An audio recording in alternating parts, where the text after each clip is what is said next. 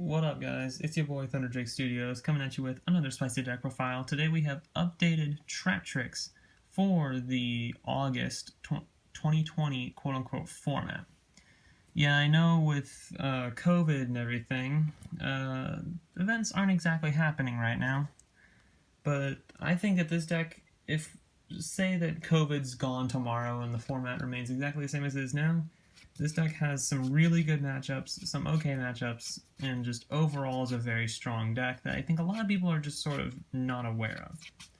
So without further ado, let's get right into it. Starting with the monsters, we have 3 Traptrix Myrmilio. She's the best one because she's like the 1-card combo. On normal summon, she searches a whole normal trap card, and on special summon, she targets a spell or trap your opponent controls and destroys it, and this effect is mandatory. Neither effect is a hard once per turn, which is hilarious, and she's also unaffected by whole normal trap cards. So she's pretty good. She also has 1600 attack, 1200 defense, because all the Traptrix monsters in the main deck have attack and defense stats that total up to 2800, which is interesting and important to keep track of. Next, we have 3 copies of Traptrix Mantis. She's probably the second best one, just getting your plays going. On normal summon, she adds a Traptrix monster from deck to hand, and then she, just like Myrmilio and the rest of Traptrix monsters, is unaffected by the effects of whole normal trap cards.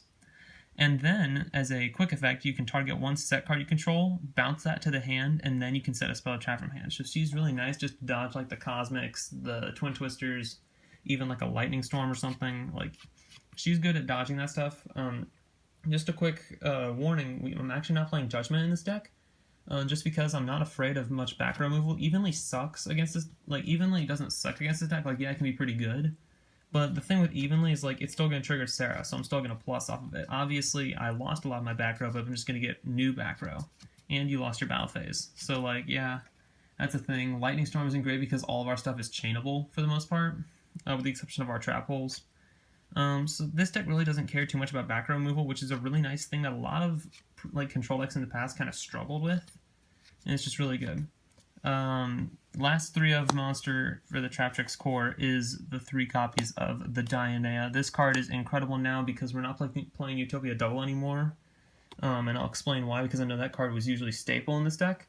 But she is your grind game. On normal summon, she targets a Traptrix engrave to special, and on special, she targets a whole engrave to reset. But then she banishes during the end phase of your next turn.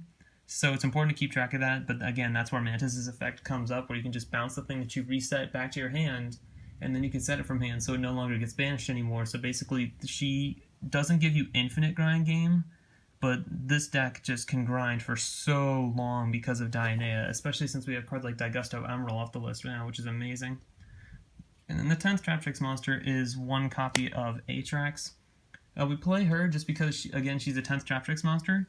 She's big, and her effect sort of comes up in some of those weird matchups. Like, I know Guru's running around, and it's not like a hard matchup, but it's just a weird matchup because our holes don't really do anything against them. Yeah, Floodgate permanently flipping down a Guru is nice because then they won't get the search until we've had enough advantage to be able to, like, effectively get rid of the Guru.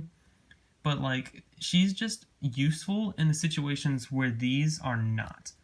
And again, like, just the 10th Traptrix monster, you want to have a Traptrix monster in hand. If you don't, then your deck is just falling behind and you're playing a bad version of Paleo. So yeah, that's it for Traptrix monsters. Of course, we do play more monsters than that, though. We're playing Hat now. We have 2 copies of Scythe and 1 copy of Moral Attack. I actually really like this ratio, especially since I'm playing Traptrix with Duster.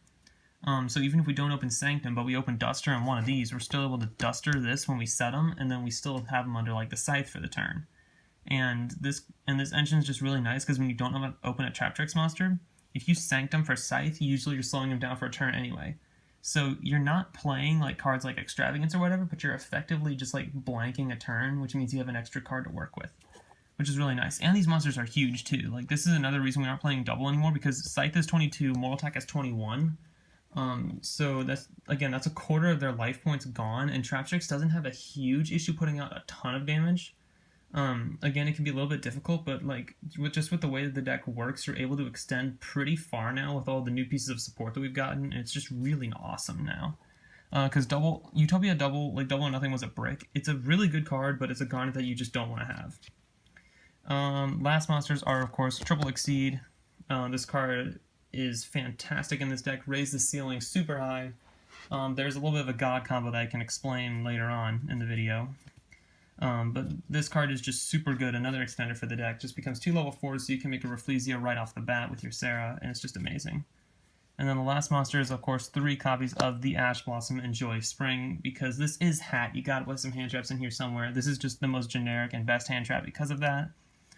She's just super awesome in this deck. So that's it for monsters. I want to say it's 19. Now we have our spell. Upstart. Yeah, you don't really need many other spells past this. This card is just, you only need this just to keep it at 39. Alright, now traps. Archetype traps. We have 2 Floodgate. This is still the best one, especially now that we're in Master Rule 5. And we have like Adamanticators and Needle Fiber combo being the best deck. ELDLICH is good, but it's getting carried by the Needle Fiber combo and the Numeron combo pretty hard right now. So Floodgate is just really good against all the synchro spam decks running around. It's just an excellent card all around, and it's also decent in Guru because you can like, because I know Guru isn't meta, but it's like it's sort of like replaced Draco as the deck that isn't in the top tier, but it's like right outside. You always have to watch. It's just really good against every deck right now, and I think it's just the best one overall. The one Gravedigger's Trap Hole, I would probably play 2, but I don't know if I would cut. This card is just incredible. It's Call by the Grave on crack. It's insane. Just like when your opponent activates a monster effect anywhere that is not the field, you negate the effect and then burn them for 2,000. Again, this is part of the reason we're not playing double anymore, because we can burn the opponent in addition to punching them in the face. And then the last hole that I'm playing is sort of like my spicy tech. Again, it's the one time space trap hole. In German this time, we got that foreign spice, Zeitraum Fallgrube. But this card is just actually really good, because I know Pendulum decks are sort of running around not like a lot, but you can just blank out a Pendulum Summon with this, just spin everything back to deck. This also hits Golden Lord, because Golden Lord bounces back to hand before it summons itself. So again, just putting the Golden Lord back in hand is just like putting it back into the deck can just slow them down a little bit, and this deck actually has a very nice ELDLICH matchup, because yes, technically their grind game and the replacement effect of their trap cards and their spell cards is technically longer of a grind game than our deck has. Now, that was really weird. Technically, they have a longer grind game, but we can get to our resources fast enough so that we force them through all of their resources, and in the end, we're still going through our resources when we've run them dry. So that's just how you play against ELDLICH. You just have to, like, instead of trying to shy away from the float effects of the trap cards, you just fight them head on, because in the end, you will win, because this deck has that infinite grind game that I'm talking about. And then the other archetype trap card is, of course, the Triple Sanctums. I didn't realize how busted this card is until I dropped it for the first time and saw just Scythe put in the work. Yeah, this card is absurd. And then, like, if your opponent, like, tries to Twin Twister this, you just chain. So then you're getting the Scythe from the deck, and you're popping a card on your opponent's side of the field, and it's great. And I know that there are some people still playing Reboot out there. So if they reboot and then they pop this, this doesn't actually, this is not a card activation for the float in the graveyard to pop a card. So that's just really awesome. This card is amazing. This is probably the best trap card in the deck. Outside of course, the Engage of the deck, the triple trap trick, this card is disgusting. It gets you to your entire deck, gets you to Sanctum, gets you to Brigandine when you need it, gets you to, like, if you want, you can get a Floodgate off this. I don't recommend it, but I mean, you can just get to your entire deck off of this card. And the rest of the deck is a bunch of normal traps you can get with this. So we have the OG extender, 3 copies of Shade Brigandine. This card is the better one of the 2 extenders between this and Parallel Exceed, because it also gets you a trap card. It also gets you a hole from the deck, which is really nice, just because of the way that the combo works out. This card's just amazing. 3 Compulse as well. I still stand by this. I was playing the Break-Off Trap Hole in the last list, but I finally cut it because with Sanctum and Traptrix at 3 and 3 Compulse and all of the cards that we have that we can fire on our turn in addition to the opponent's turn, like that was the reason I played Break-Off, is because it was a trap card that we can trigger on our own turn, but you don't need it anymore because you have so many strong targets.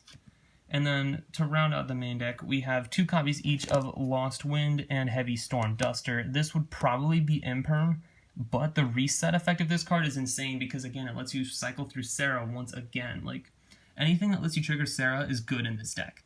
like I was playing Torrential for a long time. I'm not sure if that was in the last profile I uploaded, but I was playing like 2 Torrential. If you don't have the Artifact engine, though, you could again be playing the Utopia double package. You can be playing double Torrential. You can play the Break Off Trap Hole, and I forget what the last card was I was playing, but yeah.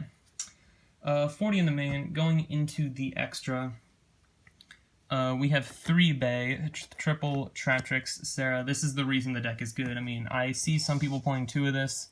I know it's not super popular to play 2, but it's just so incorrect. You need 3 of these for the grind game because I'm not playing double anymore, like I said. So you need this. You need all 3 of these because yes, you can put them back with like Emerald, but you don't want to be putting them back. You want to be putting back like your Dianeas and your Mantises. And then the rest of the Link monsters is utility. 1 Almirage. We play this because we can normal summon a hand trap and then use Parallel Exceed. Special summon the Exceed, overlay into a Traptrix Exceed, and then link into Sarah with it. So that's kind of cute. 1 Mrs. Radiant. Just generic Earth Extender. Not an extender, I mean a Link monster that just boosts our attack because our monsters are a little bit small. 1 Underclock. This triggers the, like if you have like Brigandine Scythe and then the Parallel Exceed, you can just link summon this. Wait, never mind, you cannot do that with the Brigandine, but like if you just have a weird clunky hand, because this deck can give you some weird hands where you just don't have a Traptrix monster, this is just there for you to finagle your way to like a Rafflesia to link into Sarah. And then last link is the Nightmare Phoenix. This card is just so nice in this deck because this deck is inherently really good at dealing with monsters. Back row can be a little bit tougher, but again, it's just really adept at just removing cards from the field, and this just helps that. The rest of the extra deck is a bunch of Xyz monsters because, again, almost all of the monsters in the deck are level 4, so we can play the rank 4 toolbox pretty well. We have 1 each of Redoer, Utopia with Utopia the Lightning. I still play this because this deck has no out to Avermax. Like, this just outs things that this deck struggles to out otherwise. Like, if Waking the Dragon gets popped and they go into, like, the Ultimate Falcon, this outs that. Like, this gets 5,000, your opponent can't respond. It's unbelievable. Like, you need to be playing this engine, and I still think that because the deck can burn with the Gravediggers, if you burn them for 2,000, this thing goes up to 5. At that point, you only need to hit for an extra 1,000, and that is not hard to do in this deck at all. 7 or 8 is hard, but 1,000 is easy because all of our monsters are bigger than that. Then we have 1 each of Tornado Dragon, Dweller, and Emerald. Emerald is disgusting in this deck because you're able to put back, again, like your Dianeas, your Mantises, and you're just able to just keep summoning them off Sarah. And like you just keep this on board. You're gonna make sure that your opponent doesn't punch into it, again, with like your Floodgates, your Time Spaces, your Compulses, your Sanctums, even just for like the moral attack. And then during the next turn, you're just gonna do it again, and it's just so good. And then for the Traptrix monsters, 1 each of Alamaris and Rafflesia. Rafflesia needs no explanation. You can activate Gravediggers from deck.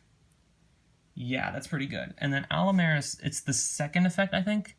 No, I lied. It's the first effect of this card that matters. You can detach 2 to special summon a level 4 plant or earth. Level 4 plant or insect monster from your graveyard.